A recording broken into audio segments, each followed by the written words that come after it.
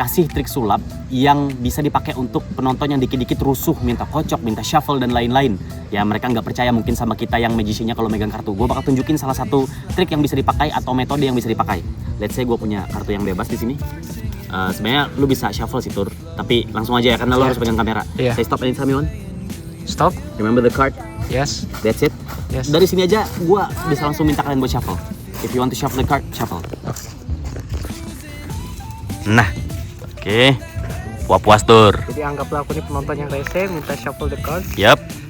Mereka tuh kan kocok kayak gini suka tuh. Udah. Lagi. Udah.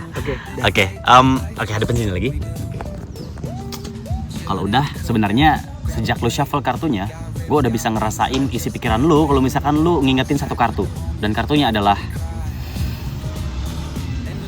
Ace of Diamonds. Bilang stop kapanpun, anytime you want, okay? Let's go. Stop. Diingat baik-baik. Kamera nggak terlalu kelihatan, biar Arthur aja yang ingat, oke? Okay? Udah? Oke. Bayangin kalau misalkan di sini ada frame.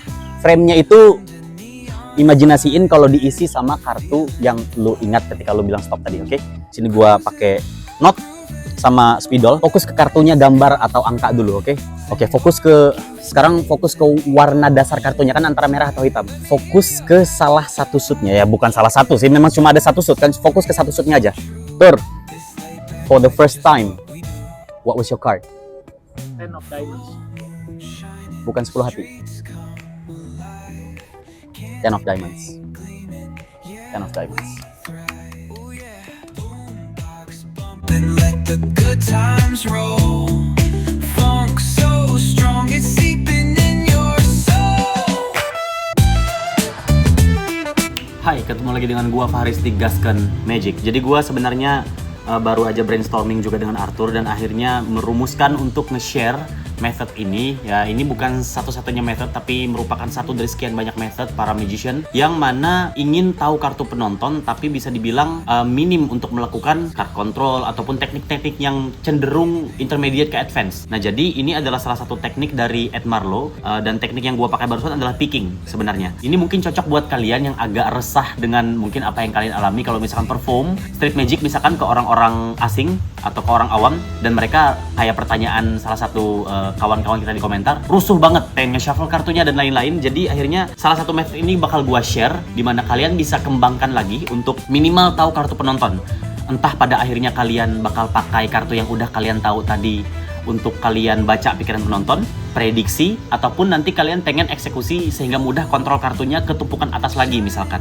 Karena misalkan dari setelah kalian tahu kartu penonton apa, dari kartu yang penonton ingat atau kartu yang penonton pilih, ya penonton bebas buat shuffle kartunya sebebas apapun. Even nanti kalau misalkan kalian pengen kartu yang udah kalian tahu nanti kalian taruh ke atas and then penonton minta shuffle lagi, nggak apa-apa, shuffle lagi, kalian bisa cari lagi. Yang penting informasinya udah ada di kepala kalian tentang kartu yang penonton pilih. Ya, gue bakal langsung share metodenya seperti apa. Let's go.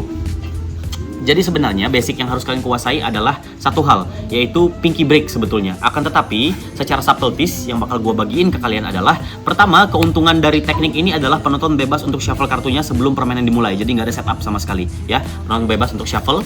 You can see the card is completely mixed and different. Okay, and then yang kalian lakukan adalah perhatiin gripnya. Gripnya seperti ini ya. Jadi bisa dibilang ya mekanik grip, tapi tinggal kalian hadapin ke atas seperti ini. Saya stop.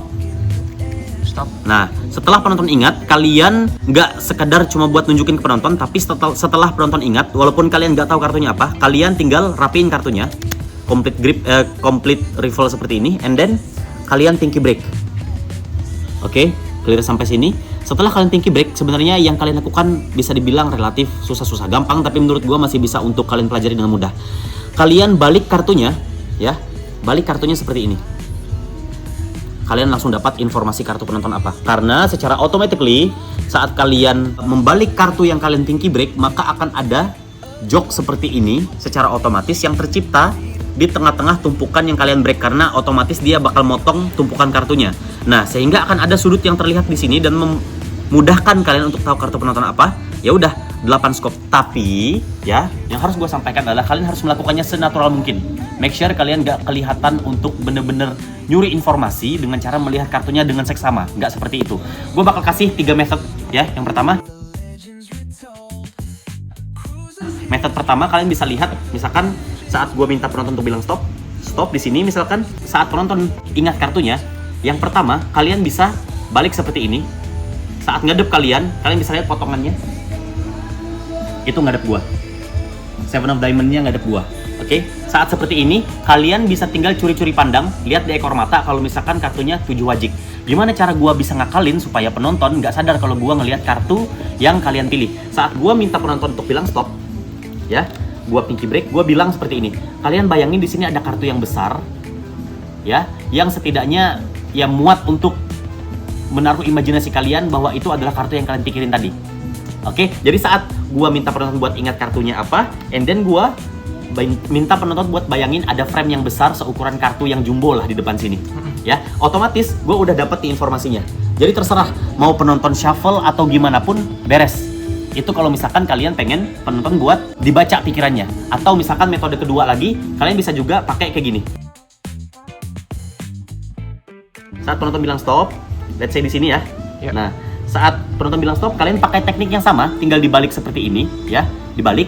Kalian udah dapat informasinya, tinggal taruh ke bawah. Dan gua tahu kartunya 5 skop.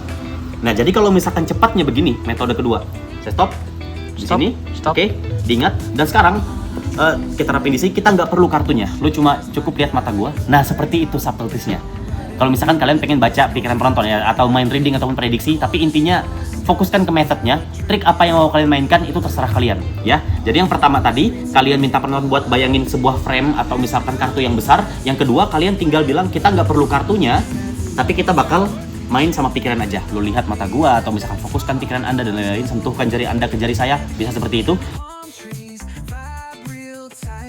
Atau yang ketiga yang menurut gua bisa membuatnya menjadi lebih fair di mata penonton-penonton yang kalian anggap rusuh tadi. Misalkan Stop. diingat baik-baik, Ya. and then kalau udah, lu silahkan shuffle kartunya. Oke. Ya, jadi subtlety-nya mirip seperti kalian naruh kartunya ke meja. Ya, perhatiin baik-baik ya, harus diputar gini ya. Kan kalian saat kalian spin kartunya hadap ke kalian dapat informasinya, and then tinggal taruh ke meja. Tapi kalau misalkan untuk di shuffle penonton, halnya mirip, tapi kalian minta penonton buat ambil kartunya, shuffle kartunya, silahkan. Misalkan ambil tuh. Nah, saat kartunya diambil, udah beres. Kalian udah dapat informasinya apa. Misalkan kalian pengen main mentalism ataupun hal di luar mentalism, yang penting kalian udah tahu kartunya apa. Misalkan ya kartunya tadi King Kriting misalkan. Ya udah, lo tinggal cari King Kriting. And then lo tinggal kontrol ke atas. Ya udah, lo tinggal lakuin color change ataupun hal-hal sejenisnya yang mengharuskan kalian untuk memainkan kartu pilihan penonton itu di tumpukan atas. Kalau misalkan kalian pengen main di luar mentalism. Tapi kalaupun memang mau main mentalism pun juga bagus. Intinya kalian bisa pakai 3 metode yang gua kasih tadi tentang subtleties-nya gimana, tapi kalian juga bisa kembangin sendiri. Tapi pada dasarnya Ed Marlowe itu ingin menunjukkan ke kita semua bahwa ya dengan pinky break dan dengan metode tadi kita bisa tahu kartu penonton dan udah free. Dengan kalian dapat informasi kartu apa yang penonton pilih, kalian bisa mengeksekusi trik yang seperti apapun. Dan kalau misalkan ada yang masih bingung, terus gimana kalau penonton minta shuffle lagi, Bang? Simple, mereka minta shuffle lagi pun juga aman. Kalaupun lagi penonton minta ulang dong, gue pengen kartu lain, lakukan hal yang sama, nggak apa-apa. Saya stop, beres. Nah, tinggal kalian minta lagi mereka untuk shuffle. Oke, ini dalam hal metode ini ya. Kalau dalam hal mereka mau pilih dengan cara yang lain lagi, atau misalkan kartunya nggak di tangan kita, ada caranya, tapi tidak di metode kali ini. Mungkin gue bakal share di video-video berikutnya. Dan setidaknya untuk metode yang kali ini gue rasa udah cukup efektif banget sih, karena banyak professional magician juga pakai cara ini. Gue juga pakai cara ini. Gue harap kalian suka. Kalau ada yang masih bingung dengan gimana detail ataupun hal-hal yang terlewat yang mungkin kurang jelas dari yang gue sampaikan, boleh kita sama-sama diskusiin di kolom komentar. Thank you so much. I'm Faris from Gasken Magic. Great Basic, make a great magic.